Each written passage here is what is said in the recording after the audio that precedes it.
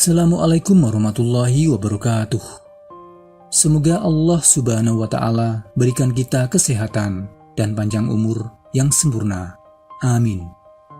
Apapun yang terjadi, baik sudah atau yang akan terjadi, pasti sudah tergaris dan tertulis. Baik suka atau duka, baik bahagia atau lara, semuanya sudah tersusun rapi oleh Tuhan Sang Maha Segalanya. Inilah sebuah garis tulis dari Tuhan tentang takdir kehidupan.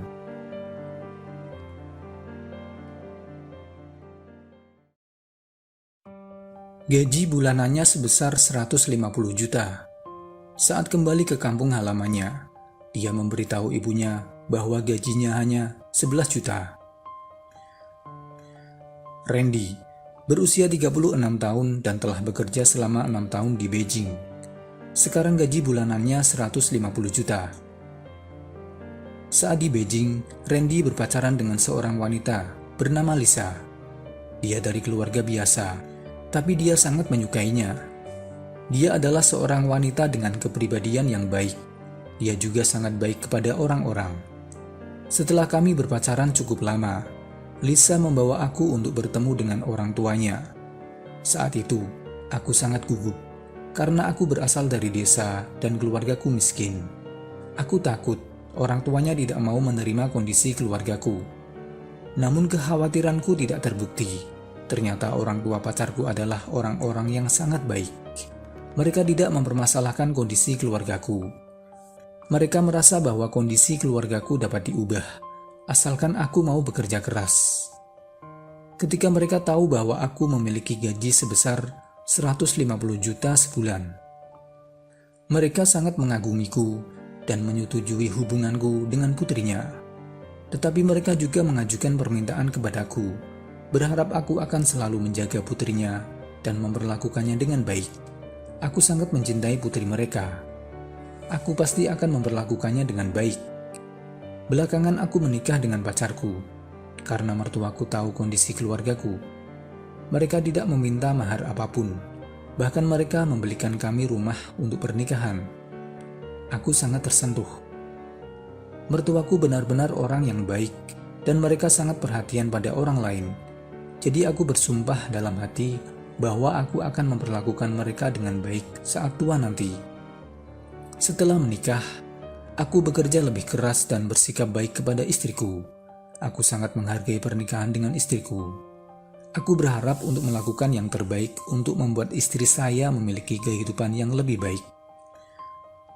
Ibuku adalah orang yang menyukai uang. Saat mengobrol, aku tidak sengaja memberitahu gaji bulananku pada ibuku. Ibuku sangat terkejut. Dia tidak menyangka gajiku begitu tinggi. Jadi ibuku meminta aku untuk mengirimi 22 juta setiap bulan.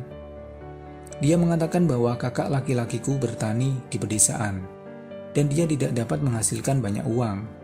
Selain itu, dia harus membesarkan 2 anak. Sebagai seorang adik, aku harus lebih banyak membantu kakakku. Aku tidak terlalu senang mendengar ibuku mengatakan ini. Aku pikir kakakku terlalu malas. Jika dia rajin, hidupnya tidak akan seperti itu. Aku ingin melawan, tapi aku tidak berani. Aku takut ibuku akan marah. Jadi aku menyetujui permintaan ibuku. Sejak itu, aku mengirimkan 22 juta kepada kakak laki-lakiku setiap bulan. Aku tidak berani memberitahu istriku tentang ini.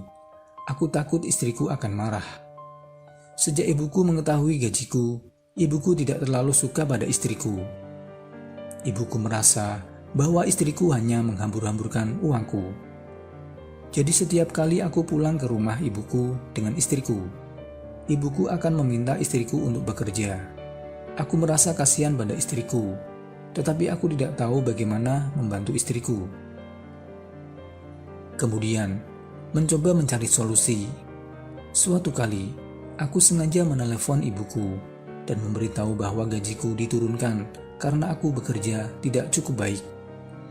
Sekarang gajiku hanya 11 juta. Aku memberitahu ibuku tentang hal itu dengan menangis, sehingga ibuku percaya. Ibuku terus menghiburku dan mengatakan kepadaku untuk tidak terlalu sedih. Dia mengatakan bahwa uang masih bisa dicari. Selama aku sehat, ibuku sudah senang. Sejak saat itu, ibuku sangat baik kepada istriku. Ketika aku dengan istriku pulang untuk merayakan tahun baru, ibuku tidak lagi meminta istriku untuk bekerja. Ibuku dan istriku malah bekerja bersama-sama. Keluarga kami hidup rukun kembali.